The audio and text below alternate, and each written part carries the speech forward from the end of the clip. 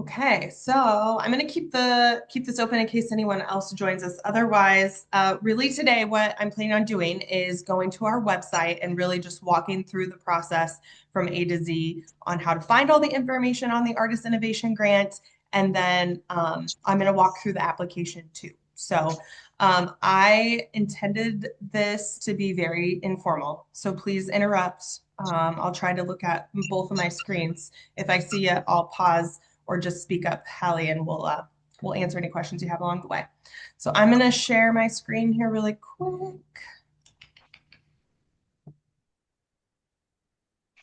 Can you see that? Yep. Okay.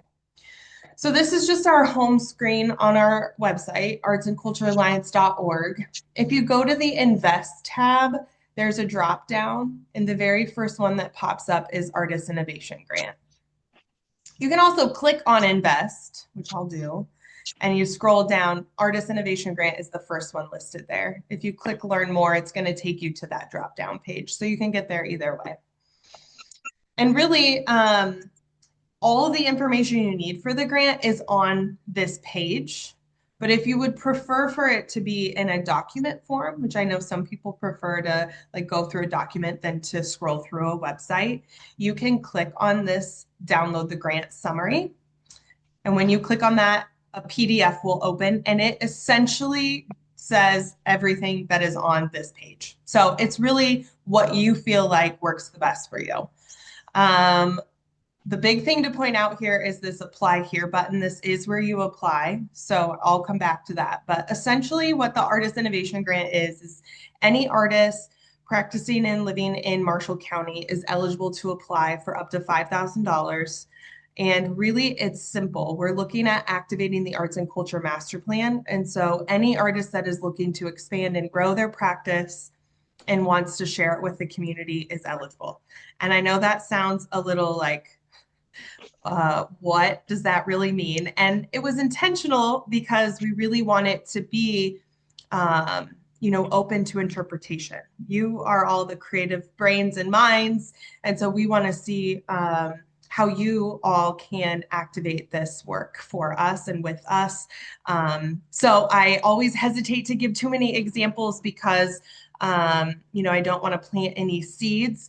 We have had just unbelievable ideas and super creative ideas come before us. And so I will say, if you have an idea that you are questioning or you think, is this eligible? Does this make sense? We're happy to talk through any of your ideas. So we can give you feedback on that before you even do an application to save you that time. We are happy to brainstorm alongside with you. What we ask in the application is that, and you'll see that when we go through it, is that it ties to one of the 5 placemaking themes in the Arts and Culture Master Plan. Those 5 themes are listed here, and you can click on any of them. It brings you to more information, or you can click on the Marshalltown Arts and Culture Master Plan link, and you can click through those. Most of them are pretty self-explanatory, like Elevate Youth and Activate Hope. Some of the other ones, maybe don't make as much sense without reading a little bit more. And it can be applicable to more than one theme at the same time. So if you have questions about that, again, reach out to us. We're happy to explain more. Again, if you scroll down on our webpage, these little breakdowns here are the same as that PDF. I'm going to toggle over to the PDF so you can see it. I'm going to zoom in just a little bit. But all of these eligibility bullet points are same. If you were to click eligibility, the plus sign will expand this section and share the exact same information. So really the only requirements is that you live in Marshall County or work in Marshall County. We did have an artist last cycle who primarily spends most of her days here in Marshalltown, and her idea was and hosted here in Marshalltown at the public library. So if you're questionable on that, please, ask questions on that too. And really the only ineligible items are those who currently have an open grant contract with us, which all of our grant contracts have been closed for this last cycle. So that shouldn't be anybody. And that you fill out your report at the end of this last cycle. So if you did receive a grant from us last year, make sure that you get your report in by the end of the before the due date, and that will make you eligible for this. I'm going to skip through this. These are pretty self-explanatory on what's eligible and what's not. The ineligible is pretty self-explanatory and really just ties to it being original and authentic to you and, really aligning with our mission. So again, if you have questions on that, we are happy to bounce through those ideas to make sure that it's clear.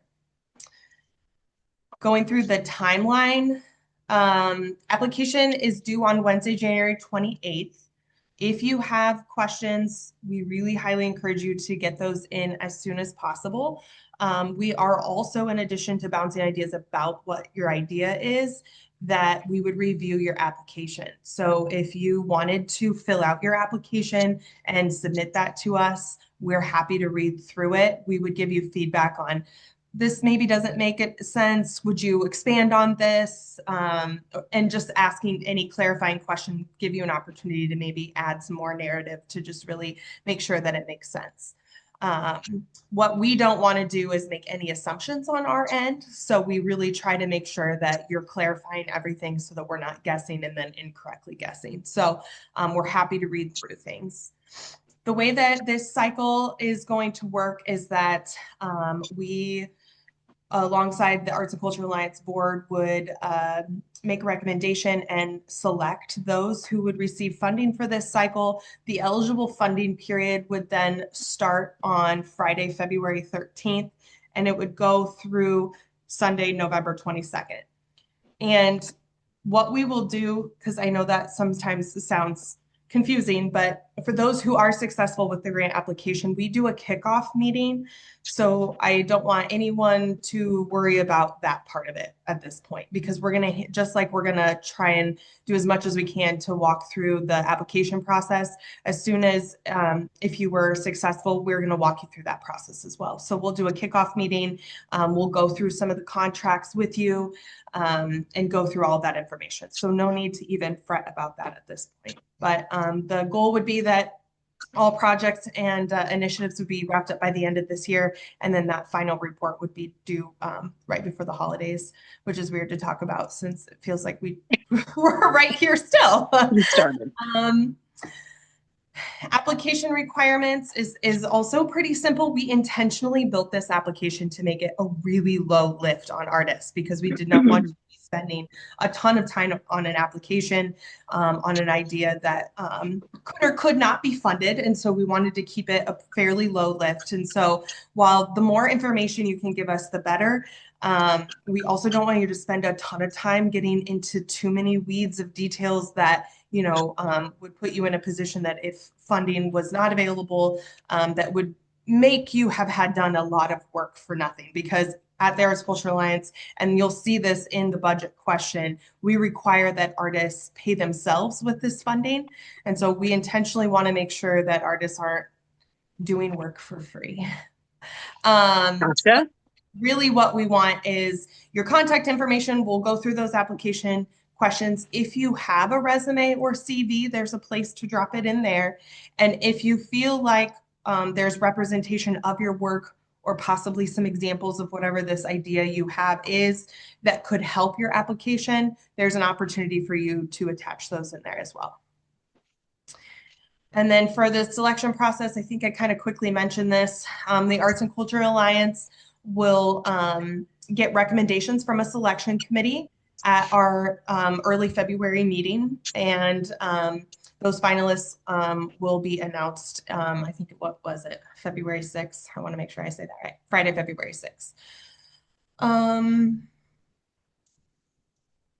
Okay, let's switch over. I'm going to scroll all the way back up. A couple other things you can do too. You can download the final report just so you can see what that looks like. Again, I don't want anyone to get too tied up on some of the things that would come after funding because we're going to really handhold you through all those processes to make sure those clear. But it is available to you. And those questions were created in the same way the application was created, really user-friendly, really quick. It was really built as a way for us to be able to track some metrics on the back end. And so we'll walk through that with you as well. But you can download that. And then the other thing I'll say is you can download the narrative questions. If you click on that, it's actually going to open a Word document. Do you have them printed out? Good. I printed everything because I'm old, so I printed No, everything. I'm a printer too. I get it. For in the grant writing world, oftentimes it is highly suggested to you that if you have an online platform to fill out the application, that you also copy and paste and put those in another document. Because if for some reason in the middle it reloaded or your computer, shut off randomly, you would lose everything. And so this is a good way, one, to preview the questions, but two, you could also start typing out your responses in here and save it, and then you could copy and paste it into the application. It would allow you to have your answers to your questions always readily available to you. And then that way it's kind of a safe backup plan. But what I'm going to do is I'm going to click apply here. And then we'll just go through a test application. So I'm just going to fake fill this out and just show you kind of what it looks like. This is a Google form, so it's also pretty user friendly. Okay. It is going to ask you for your email, but if you're already logged into a Gmail account, it'll just assume that that's the email you want to use. So that's what it's got my personal one in here. So I'm just going to say next. Again, one quick thing is in the header up here, which will stay as you go through, is a link to the Arts and Culture Master Plan and those guidelines. So if at any point while you're filling it out, you're like, what is this? I don't remember. Those should be clickable to you along the way. Okay, I'm going to put test in and then I'm going to copy and paste as we go. And what I'll say is the demographic information that we're asking for is a reflection of some of the survey work we've done over the years. It's really going to help us to be able to gather this data and do more advocacy work and more raising of funds for awareness of this work. So we're really just capturing this information so that we can keep doing this work and do more of it. If at any point you don't feel comfortable sharing that, you can say NA or write not comfortable sharing. But we would encourage that you share it because it does help us on the back end so that we can really share the participation in this work. So first name, last name, your email address, phone number, city, again, has to be in Marshall County. So if you were not residing in Marshall County, I would say, put which city in the county that you're working in, if that was eligible for you. Website, this is not required, but if you do have an artist website or a space where you're selling and sharing your work, same with social media handles. So if you have a Facebook, Instagram, LinkedIn, whatever you want to share with us, again, not required, but if you have it, the more information we have, the better. We are asking for your artistic discipline. We realize that there's a lot of you that do multiple, so this is select all that apply. Again, age, I'm just going to throw random in here, and then race and ethnicity. Pretty straightforward. Questions? Nope. Okay, I'm going to go through the next one here. This is the one question that I referenced about the Marshalltown Arts and Culture Master Plan. And so these are the 5 themes that have been identified in that plan. Again, some of them are more descriptive than others. And there's a link in here that will take you to that plan. I'll click on the plan just to show you. If you scroll to page 4, each of the themes have just a quick couple sentences about what they mean. So you can use that as a reference guide, or the very next few pages go theme by theme, and it gives you more information about what those could be. It even gives some live links of potential ideas and things of that nature, so you can get inspired in here as well. So it is a good document to go through, and you could use some of that verbiage as you're doing some of your projects.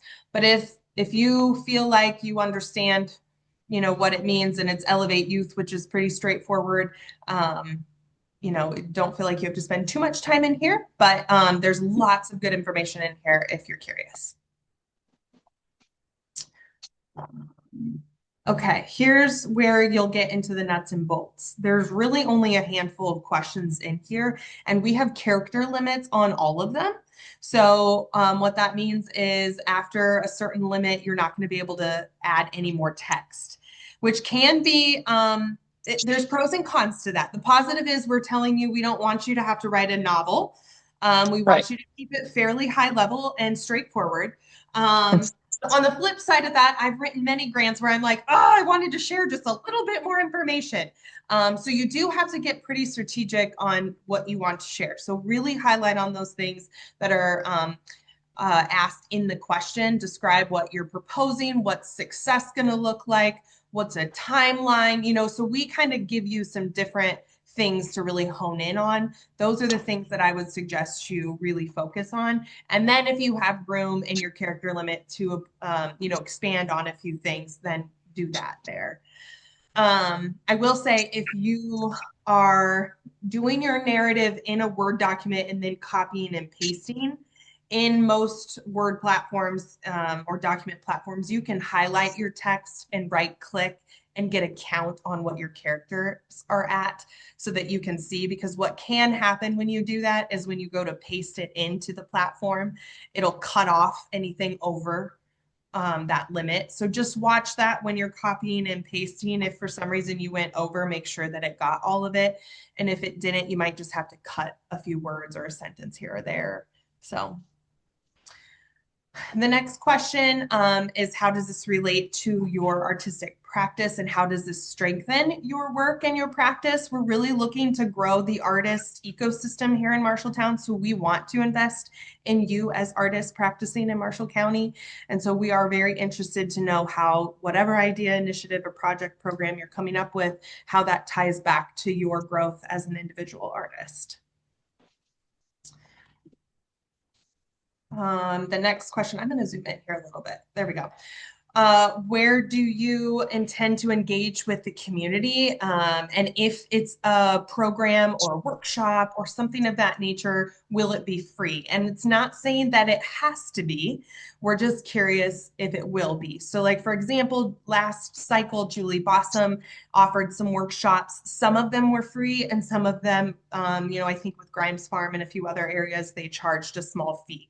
There's nothing wrong with that. We're just understanding kind of as we look at the portfolio of those that we grant to, we really want to make sure that we have, a nice array and diverse portfolio of free, potentially ticketed, and so on and so forth. So we're just trying to understand in the scheme of all of our grantees what that looks like. A big part of this is engaging with the community, and I know that can mean a lot of different things to a lot of different people. It doesn't necessarily have to be face-to-face. It could be digital. It does not have to all be something in person. It could be a class. It could be a workshop. It could be a one-time program. It could be an exhibit. We had one artist last year, Austin Chatterton, who did a billboard as part of his project. So I just, if you have questions on what community engagement means, or maybe what your definition to your project is for community engagement, and you don't know if that qualifies, again, ask us and we're happy to kind of walk through that with you. But I hope that those examples kind of give a good array of really the sky's the limit on how you engage with the community. We would just love, what we're hoping to do is for some of our artists who have really been kind of holding their work to themselves, whether that be in their studio in their basement, or that be by themselves, or just through maybe their work. Our hope is that we can really grow our artists through this and start sharing your work with the community. And I know there's lots of different levels of what that can look like. And so depending on where you're at in your journey, we can work with you on how that looks successful in your project. And then to the dollar amount, we do ask that you give us an exact dollar amount that you're asking for. You can ask up to 5,000, exactly 5,000, or any amount underneath that. And then we ask that you give us a pretty decent rough estimate of how you're going to use those funds. And again, we want to see artists paying themselves in this work. So we want the days to be in the past of you being so resourceful and creative that you're making nothing on your projects, which we know you've all done and still do and will probably continue to do. And that is just why artists are so wonderful. But in this particular realm of projects, we really want to see you investing in yourselves in some portion of this funding. And then just kind of break down exactly how you're going to spend that. This goes back to where we said we don't want you to spend a ton of time. We don't need nickels and dimes and, you know, down to the cent. I was going to say pennies, but I think that's irrelevant these days. We say round to the nearest dollar. So, you know, we realize, and I've had this too in some of the grants that we've written as an organization that require us to go out and get quotes. In this case, we're looking for rough estimates. We don't, unless you feel like that you need a quote from something to really understand. If you have time to do that, I think the more information, the better.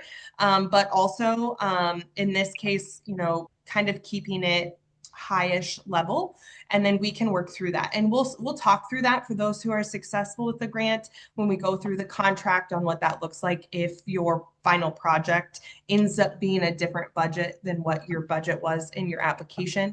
That happens all the time. Really, we just want open lines of communication. So don't get too hung up on this one, but it is helpful for us to know exactly how you're paying yourself and also where that funding is going so that we can make sure we're being transparent with where our dollars are going as well. And I think I kind of already went through that.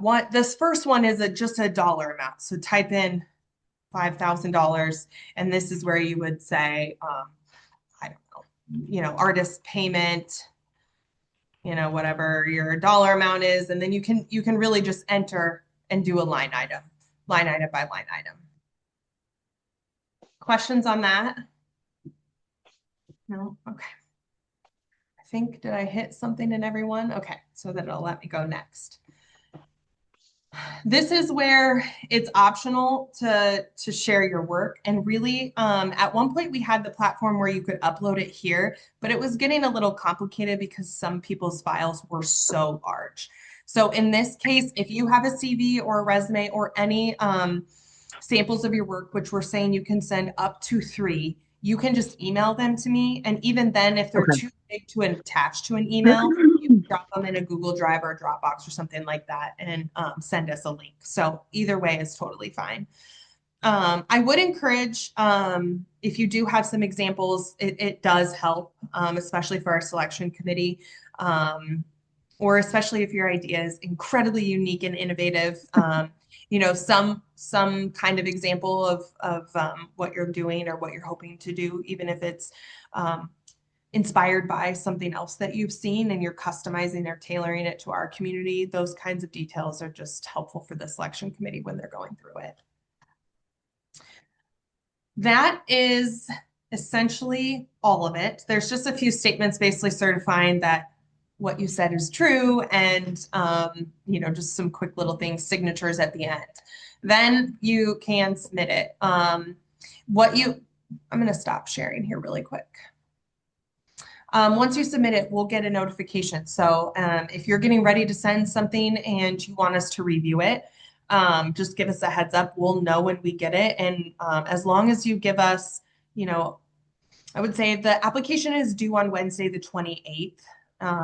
By the end of that previous week, if you want feedback, if you want to send it to us, we'd be more than happy to read through it. As it gets closer to the timeline, it's going to get a little harder for us to read through all of them. But if you want to send us some examples or jump on a Zoom call and kind of brainstorm ideas, we're more than happy to do that. I'm like, what did I not say? I want to make sure. I think that was it. Hallie, since you have to get going here soon, do you have any questions? Well, I do, just in regard to my specific idea, but I can just email you that too, so you don't have to, like, it doesn't have to be part of the recording too. I mean, that's. Well, you know what? I think since no one else jumped on the call and we went through pretty much everything, I'll just stop recording. Okay. Give me one second.